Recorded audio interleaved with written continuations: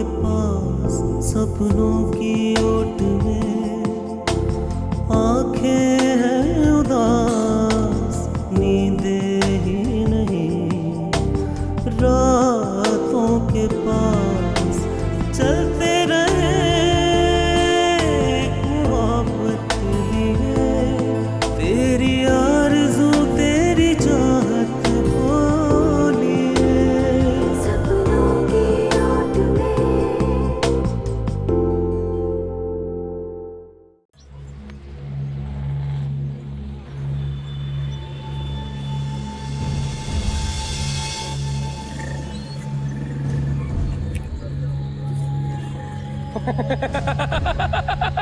एक एक नंबर को ट्राई कर रही हूँ। हाँ, फोन कर करके। और अब तुम्हारी बारी है, देखो फोन उठाओ। इरम इसी के पास है। शाहीन के पास? लेकिन तुम ये कैसे कह सकती हो? क्योंकि मेरा नंबर शाहीन के पास नहीं है, इसलिए उसने फोन उठा लिया। उस्ताद, तुम्हारा पंछी दाना चुगने में लगा हुआ है, बस तुम उड़ते हुए और जल्दी से आ जाओ। चलो। अस्सलाम वालेकुम। वालेकुम सलाम। बैठिए, मैं आती हूँ। जी। सपनों की ओट में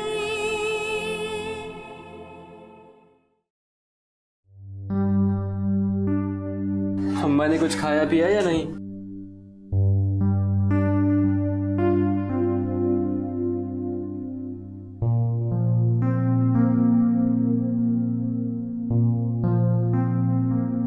आला ने कुछ खाया सुबह से? जबरदस्ती खाना खिलाया थोड़ा सा।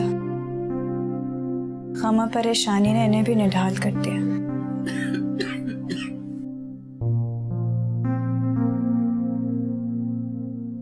और वो राजन, उसकी कोई खबर मिली? कुछ पता नहीं चला। मैं सोचता हूँ कि अगर आप इस घर में ना होती तो खाला, बल्कि इस घर का क्या होता। आपने शायद अब्बा जान को नहीं देखा था, और ना ही अदनान। नहीं, मैं जानता हूँ उन्हें, बल्कि काफी कुछ पढ़ा भी है उनके बारे में। अखबार में भी लोग अक्सर उनके बारे में बात करते रहते हैं। आपको मालूम है, किसी भी सहाफी के लिए वो एक रोल मॉडल है। अरे बल्कि मैंने अदनान साहब के बारे में भी बहुत कुछ सुना है। वो मैं ये सोच रही थी कि इरम के डिसअपीयरेंस के बारे में पुलिस को इत्ला देनी चाहिए या नहीं। मैं फैसला नहीं कर पा रही। आप भी तो बहुत ही एक्टिव और डिवोटेड जर्नलिस्ट हुआ करती थी। मगर इन दिनों तो आप ही जर्नलिस्ट हैं, इसलिए आपसे मशवरा ले रही हूँ। पुलिस को इत्ला करनी चाहिए या नहीं? हाँ, ये बात भी ठीक है, मगर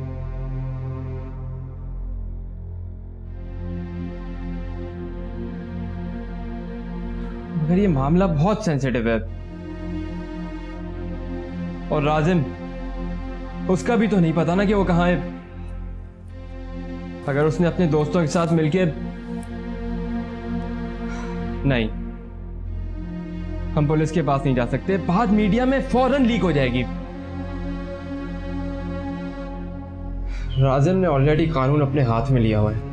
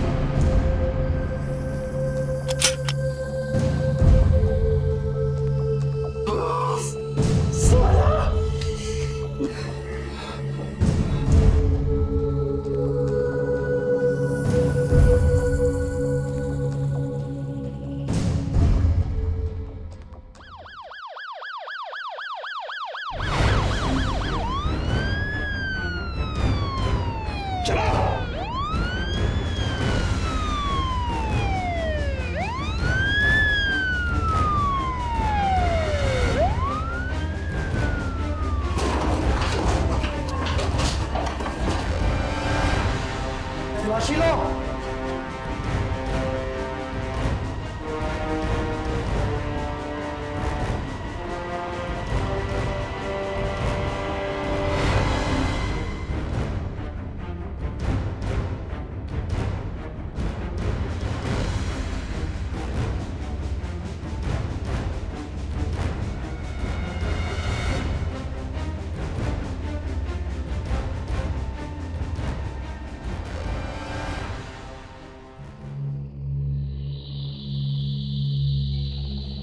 हेलो सफदर साहब, आप ऐसा करें जल्दी से इधर एम्बुलेंस भिजवा दें। जी जी, और थोड़ा नफरी भी भिजवाएं, और 3 डेड बॉडियाँ हैं यहाँ पर। चलें, सही है, जल्दी भिजवाइएगा ज़रा। ओके, अल्लाह हाफ़िज़।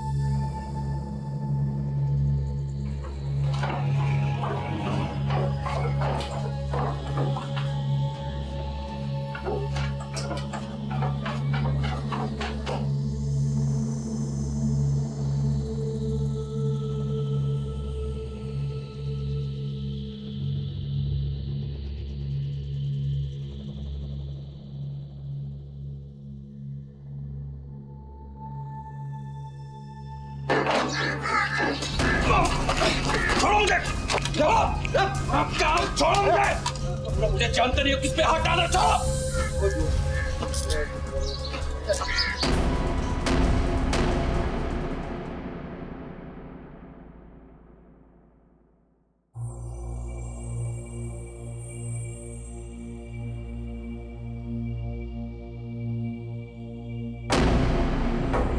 मेरा नाज़िम, क्या हो गया मेरे बच्चे को? कहीं चोट लग गई उसे। अरे मेरा नाज़िम, अरे कहाँ चले गए मेरे बच्चे? मेरे बच्चे दोनों पता नहीं कहाँ चले गए।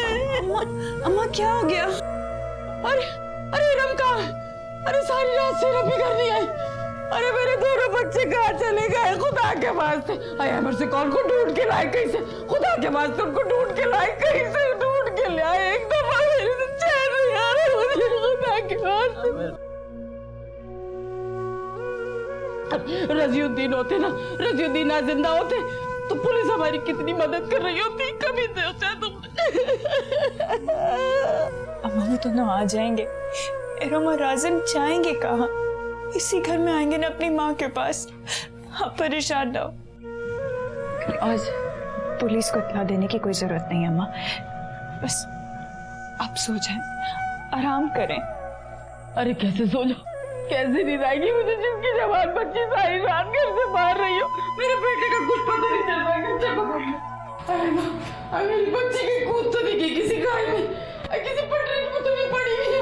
मेरा बच्चा कोई लेके आ जाए खुदा के वास्ते। अम्मा ये ले पानी पिए।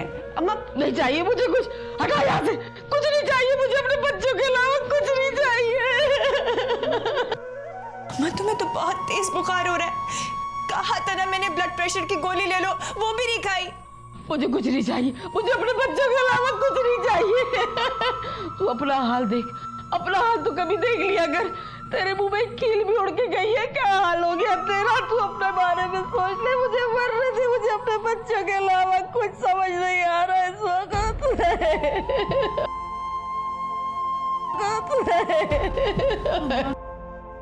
मैं ठीक हूँ अम्मा, मैं ठीक हूँ। मेरी फिक्र छोड़ दो, बस अपना ख्याल रखो। देखना अम्मा, इरम और आज़म जल्द आ जाएंगे। ऐसे मत करो अम्मा, सदफ भी बहुत परेशान है। वो तो बच्ची अम्मा, उसी का ख्याल कर लो। कब से अपना मोबाइल देख रही है कि शायद और इरम उसको किसी नंबर से मैसेज कर दे। मत करो अम्मा, अम्मा बहुत परेशान हो जाएगी। खुदा का वास्ता अम्मा। मेरा दिल नहीं आता, मेरा दिल चैन से नहीं आता, मेरा दिल चैन से नहीं आता। मैं कैसे सो जाऊं? मैं अपने बच्चों के बगैर कैसे सो जाऊं? कैसे? मैं कह रही हूँ ना अम्मा, अम्मा मैं क्या करूं? मेरे बच्चे किसान हो गए।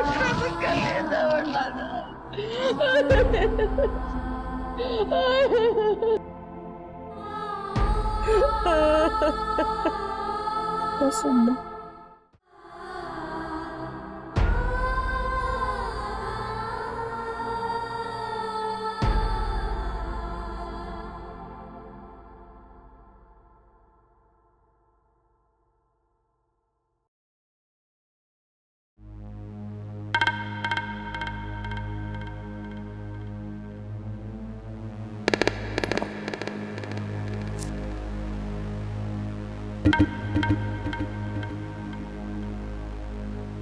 प्लीज अम्मा, अम्मा से कहना वो मेरा गम ना करें। हाँ बस बस ये समझे कि मर गई मैं मर गई। नहीं, अगर ये मैसेज सदफ को शाहीन के सेल फोन से चला गया तो वो समझ जाएगी कि मैं शाहीन के पास हूँ। मुझे ये टेक्स्ट इसके सेल फोन से नहीं करना चाहिए। तू बिल्कुल ठीक सोच रही है नादान लड़की। अरे भाई, जब तू कदम घर से बाहर निकाल ही चुकी है तो अपने पाँव को आगे रख, पीछे मत जा। किसके बारे में सोच रही इतना? हाँ, काहे की बेचैनी है तुझे? क्या जानना चाहती है तू? बोल, क्या परेशानी है? अम्मा, अम्मा की बहुत याद आती है।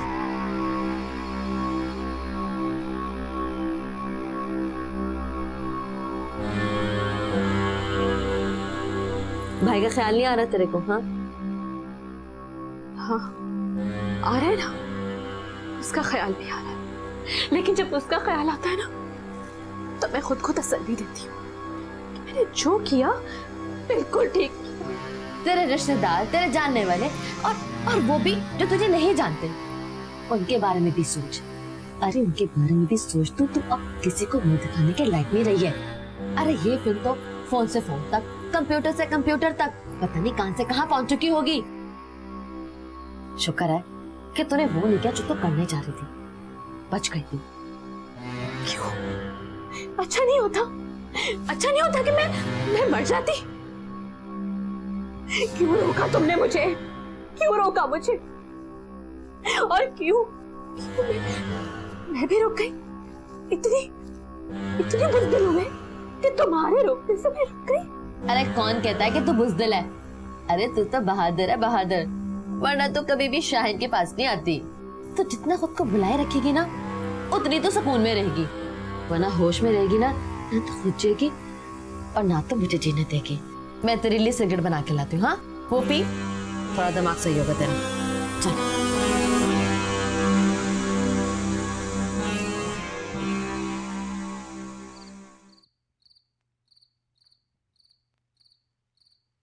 तुमने लड़की मेरे नाक के नीचे से गुजार दी ना जो, बहुत देर कर दी। मैंने देर कर दी? मेरा क्या कसूर है? तुमने कहा था कि 2 हफ्ते के अंदर वो लड़की मेरे कदमों के नीचे हो गई, और अब मैं तुम्हारे कदमों के नीचे हूं, लेकिन सिर्फ उसकी वजह से। अच्छा, अब ज्यादा एहसान जताने की जरूरत नहीं है। ये ठीक है कि मैं उस जैसी जवान तो नहीं हूं। तुम इतनी कम भी नहीं हो, ये सुन रखा है मैंने। सुन रखा है? क्या सुन रखा है? देखो, मुझे ब्लैकमेल करने की जरूरत नहीं है। मैं तुम्हारे ढकोसलों में नहीं आऊंगी। मुझे पता है कोई मेरे बारे में गलत बात नहीं कर सकता। किसी की इतनी जुर्रत नहीं है। हाँ, जानता हूं मैं, इसमें कोई शक भी नहीं है कि इस पूरे शुजाबाद में तुम्हारी बड़ी इज्जत है। हाँ, इज्जत क्यों ना हो? जाहिर है, इतने सालों से मैं इस मोहल्ले में हूँ। मैं लोगों के काम आई हूँ। कितनों के रिश्ते करवाए, कितने लोगों की शादियां करवाई, कितने लोगों के घर उजड़ने से बचाए। हाँ, अपना घर भी तो उजड़ने से बचाया। हालांकि उसका भी भरम रखा हुआ है। कितने सालों से, और फिर उसका कोई कसूर भी तो नहीं है। माँ बाप ने उसके पल्ले बांध दिया और उसने कोई भगा के शादी नहीं की है। उसके साथ भी तो धोखा हुआ है। मास्टर बशीर के साथ धोखा? कैसे? छोड़ो इन बातों को, तुम्हारी ये उम्र नहीं है इन बातों को समझने के लिए। ईंट उठाओगे तो ऐसी कहानियां चोटियों की तरह रेंगती भी मिलेंगी। बेहतर यही है ईंट को पड़ा ही रहने दो। इतना भी बच्चा नहीं हूं। प्यार करता हूं तुमसे, और सारी दुनिया के सामने अपनी जान को नज्जो खाला कहता हूं। खाला मैं सबकी हूं, लेकिन मेरी तो नज्जो जान हो। ये रात की इतने बैर मास्टर बशीर बड़ी मेहनत करने लगा है। मेरे लिए कौन सा कमाता है? तो किस पे खर्चा करता है? कोई ना कोई शागिर्द होता है उसका दिल लगाए रखने के लिए। वो सामने बैठा रहे तो उसकी मशीन चलती है। जैसे तुमने मुझे अपने शागिर्दों में लिया है। अच्छा बको मत।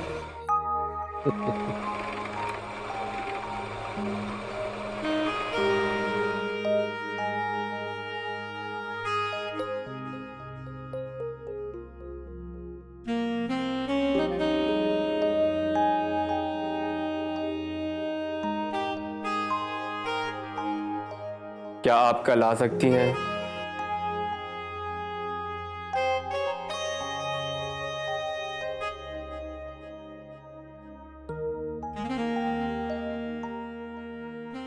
शाहीन का पता ढूंढने मेरे अखबार के दफ्तर में।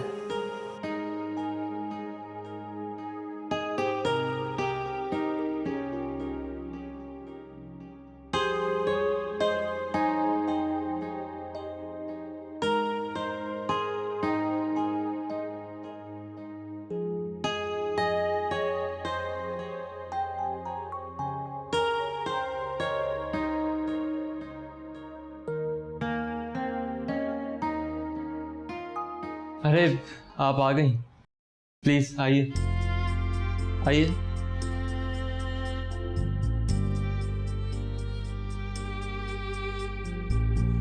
आइए प्लीज आइए। यहाँ बैठिए।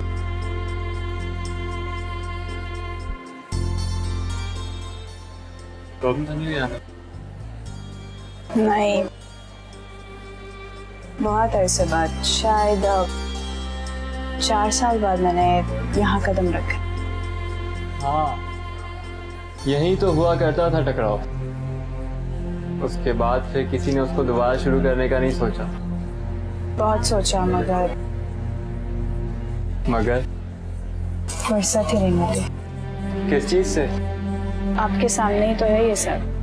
क्या मतलब? राज़म, सदफ, इरम, इन सबके मामला। मगर ये मामला भी तो कंट्रोल में नहीं है। दस्तरस में तो नहीं है ना, हाथ में तो कुछ भी नहीं है। बस एक रोटी की मानंद है जिसे दिन में 4 दफा आप सुलगते हुए तवे पे डालें और उतारें, और कुछ नहीं। मगर कलम थामने से कोई नहीं रोक सकता।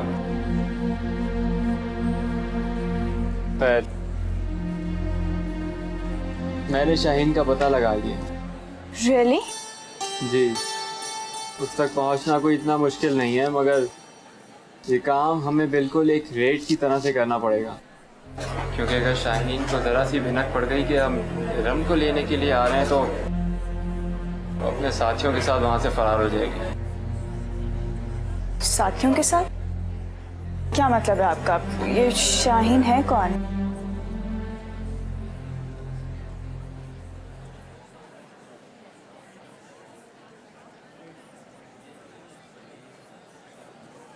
ये लीजिए, खुद ही पढ़ लीजिए।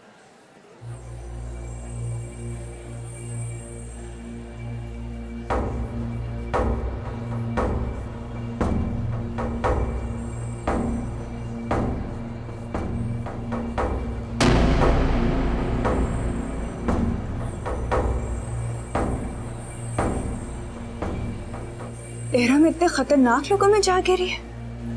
जी, ड्रग्स का कारोबार करता है ये गैंग, काफी बार जेल जा चुका है।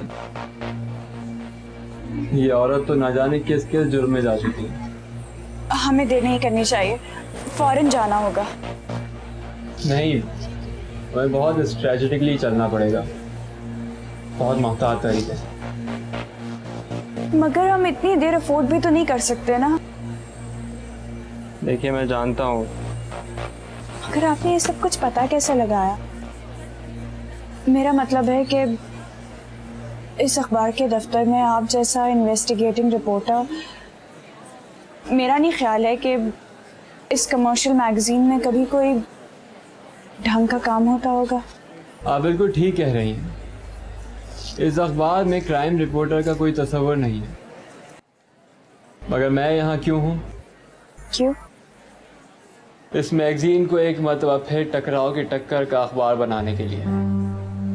टकराव के टक्कर का? मैं समझी नहीं। आप समझेंगी भी नहीं। आपको मैंने यहाँ जानबूझ के बुलाया है। जानबूझकर? हाँ, ताकि आप थोड़ा घर से निकल सकें। इस सिचुएशन में घर से निकलना जरूरी नहीं है। इस सिचुएशन के अलावा आप निकल भी नहीं सकती थी। Excuse me. जी। ओह, ठीक है, ठीक है, मैं भी आया। देखिए, मुझे एक ज़रूरी काम से ऊपर जाना होगा। आप तब तक ये सारे मैगजीन्स पढ़ लीजिए। खैरियत तो है ना? नहीं, कोई अर्जेंट काम तो नहीं है, मगर आप जानती हैं ये दरो दीवार अब टकराव की टक्कर की नहीं है। यहाँ कोई ख़ास काम तो नहीं होता, मगर पैनिक तो किसी वक्त भी हो सकता है। मैं समझ सकती हूँ।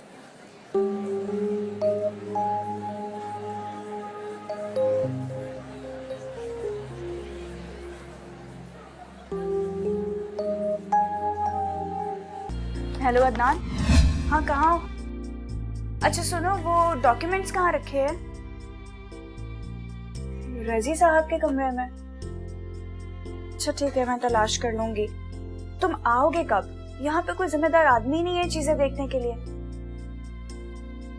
मुझे भी थोड़ी देर में निकलना है ना। किसी के साथ नहीं निकलना, अकेले निकलना है, और वो भी वुमेन एक्शन फोरम को कवर करने जाना है। हाँ, बस जल्दी से आ जाओ, और प्लीज आके चीजें संभाल लेना। ओके, खुदा हाफिज।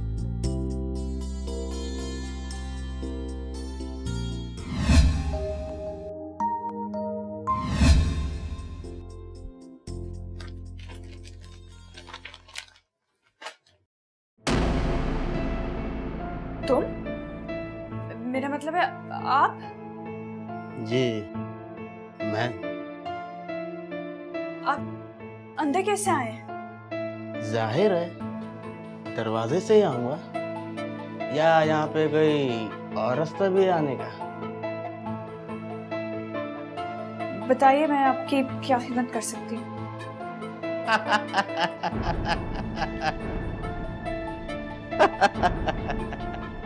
आप हंस क्यों रहे हैं? जब कोई तुम जैसी खूबसूरत और हसीन लड़की मुझसे ये सवाल करती है तो मुझे हंसी आ ही जाती है।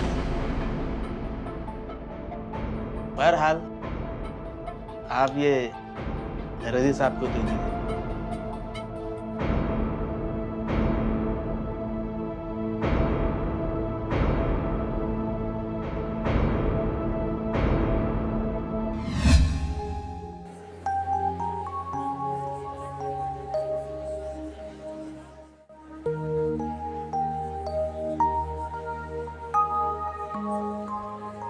अजीब वहमी आदमी है मेरा चीफ एडिटर। कोई अजनबी शख्स उसे ये लिफाफा दे के गया। अंदर देखा तो कोरा कागज। वो डर गया।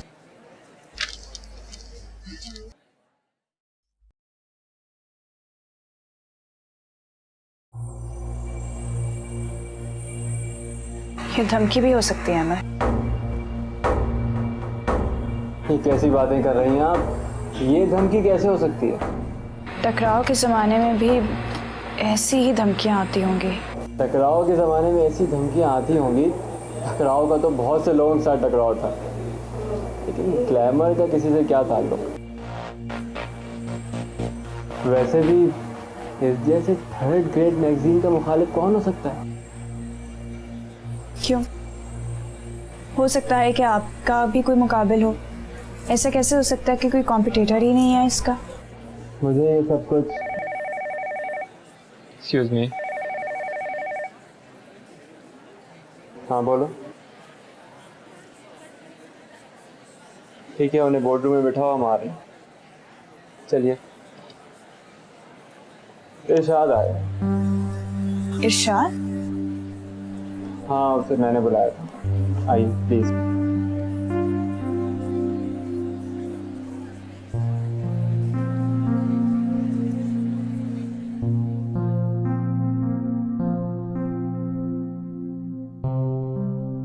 आइए।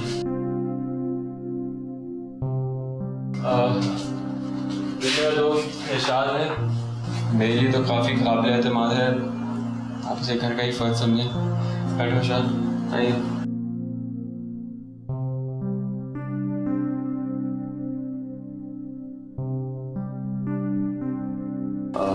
देखिए जी, मैं एक बड़ा काबिल एतमाद आपका पड़ोसी हूँ।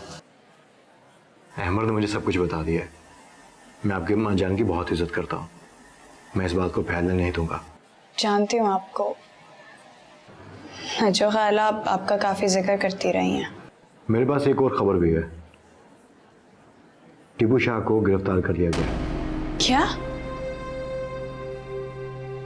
राजिम गिरफ्तार हो गया? पर ये तुम्हें कैसे पता चला? मुझे नेट कैफे के लड़के ने अभी मैसेज करके बताया है, और ये भी बताया है कि जाहिद को गोली लगी है और शायद पुलिस इसी चक्कर में उसको गिरफ्तार करके लेकर चली गई है। लगता है कि ये उसने FIR उस वक्त कटवाई थी जब राजिम उसके कैफे में तोड़फोड़ कर रहा था और जाहिद का पूछ रही थी। ऐसे भी पुलिस राजिम और उसके गैंग के पीछे थी, बस उनको तो कोई ना कोई बहाना चाहिए था उसको पकड़ने का। हमें राजिम से ज़्यादा इस वक्त इरम की तलाश है।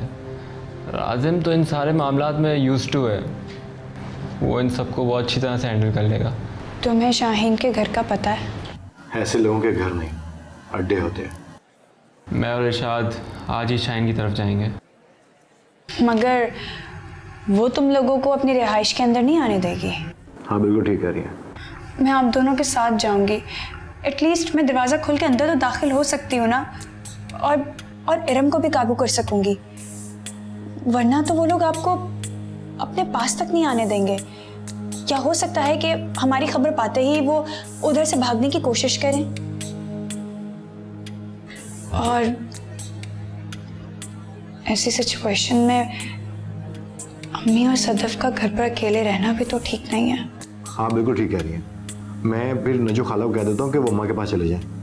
अगर हो सकता है कि पुलिस वहाँ पे आए तो कोई ना कोई समझदार तो होना चाहिए जो पुलिस को फेस तो कर सके। नजो खाला को तो भनक भी नहीं पड़नी चाहिए। हाँ बिल्कुल ठीक कह रही हैं। शायद वीडियो क्लिप से ये खबर फ़ोन टू फ़ोन इतनी जल्दी ट्रांसफ़र ना हो जितनी जल्दी नजो खाला की ज़बान से पूरे शुजाबाद में फैल जाएगी। मेरे ख्याल से नजो खाला एक बहुत ही शरीफ, मैच्योर और जिम्मेदार खातून है, और इतने सालों से उनका आस्थान रज़ी में आना जाना लगा हुआ है। लोग उन पर एतमाद करते हैं, उनकी इज्जत करते हैं। अगर उनको एतमाद में ले लिया जाए कि इस बात की किसी को कानो कान खबर नहीं होनी चाहिए, तो मेरा नहीं ख्याल कि वो किसी गैर जिम्मेदारी का मुजाहरा करेंगी। अगर तुम गारंटी देते हो तो हमें कोई एतराज़ नहीं। मेरा ख्याल है कि शाहीन की तलाश में निकलने से पहले आपको नजो खाला से मिलना चाहिए और उनको कॉन्फिडेंस में लेना चाहिए कि तब तक वो अम्मा के पास बैठे। हो सकता है कि हमें रात बहुत देर हो जाए, क्योंकि शाहीन को ढूंढना इतना आसान काम नहीं है। जहाँ तक मैंने सुन रखा है वो नशेबी इलाके की किसी खोली में रहती थी।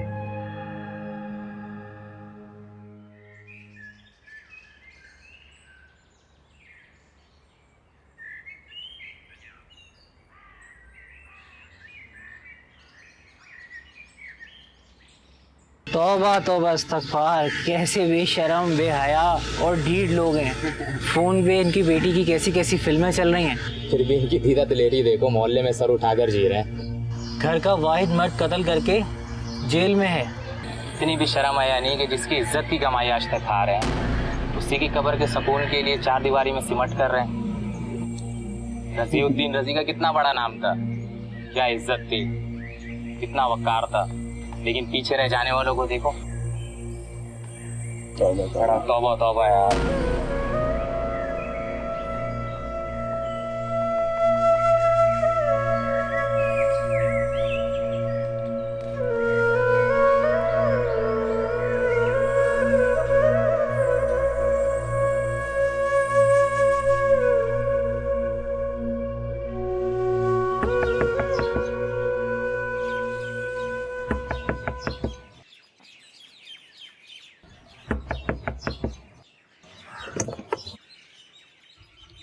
अरे आफिया तुम? सॉरी खाला, मैंने आपको बेवक्त तंग किया। अरे नहीं नहीं, आओ अंदर आओ। ये तुम्हारी खाला का घर है और तुम मुझे क्यों तंग करोगी? हैं जब तुम्हारा दिल चाहे तुम आओ, यहाँ बैठो सामने।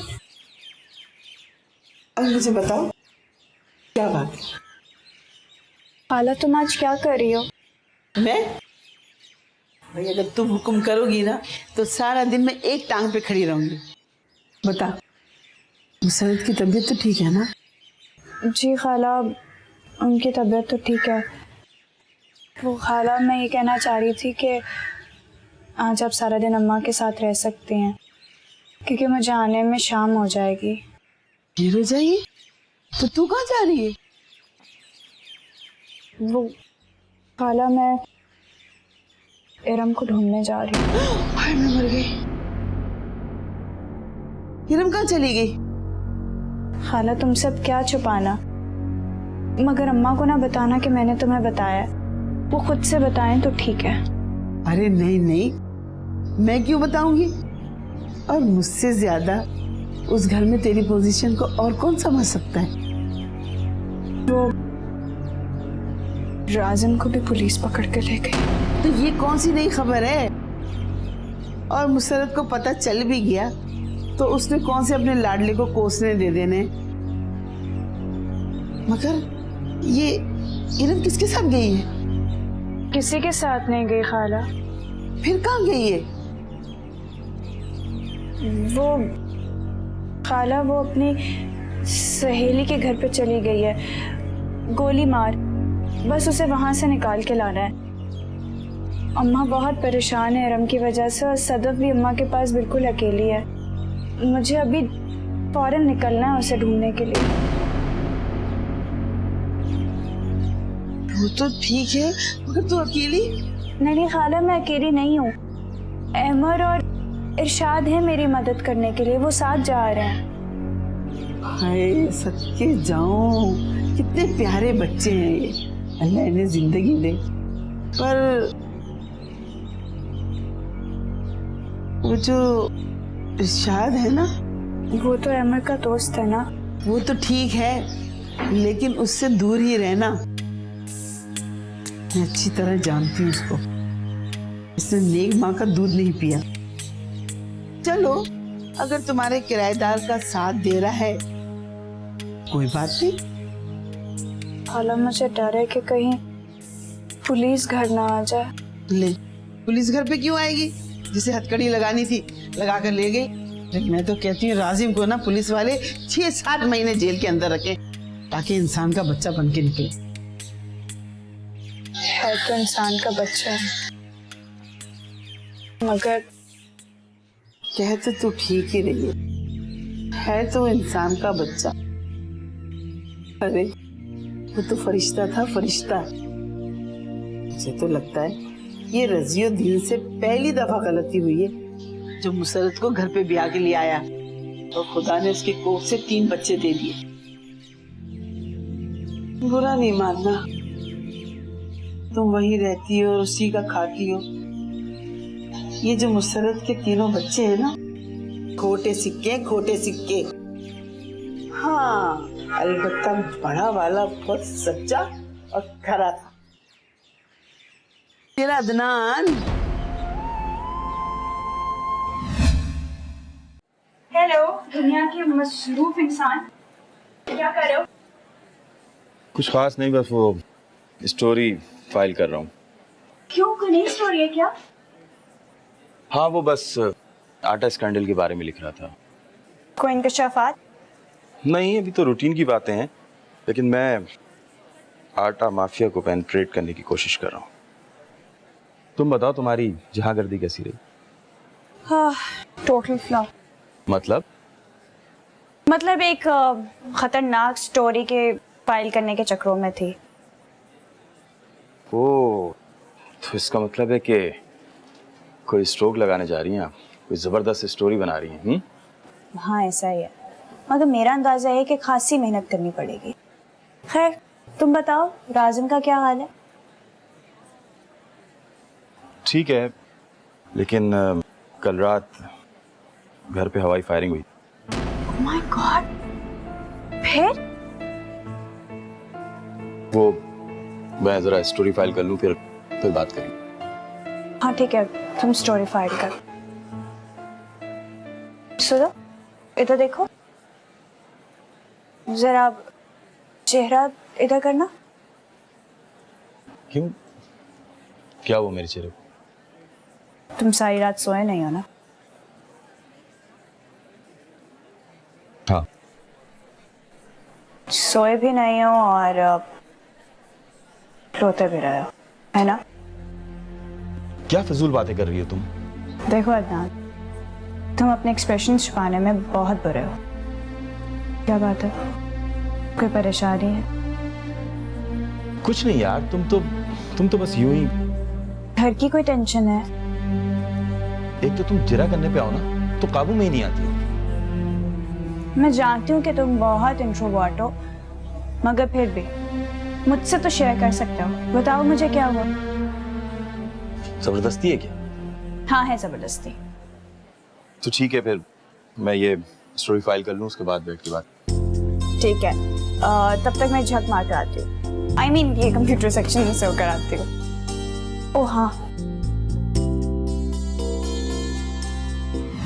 मगर किस्मत का क्या करें, किस्मत से तो कोई भी नहीं लड़ा और न लड़ सकता है। सपनों की ओट में।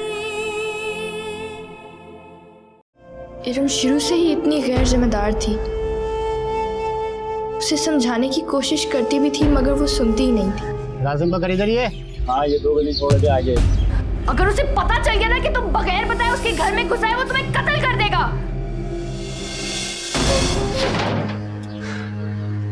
दरवाजा बजा के देखते हैं, शायद कोई हो अंदर। कोई है अंदर? पुलिस सीढ़ियों पर है। सीढ़ियों पे पुलिस है, पुलिस सीढ़ियों पे। चलो पुलिस।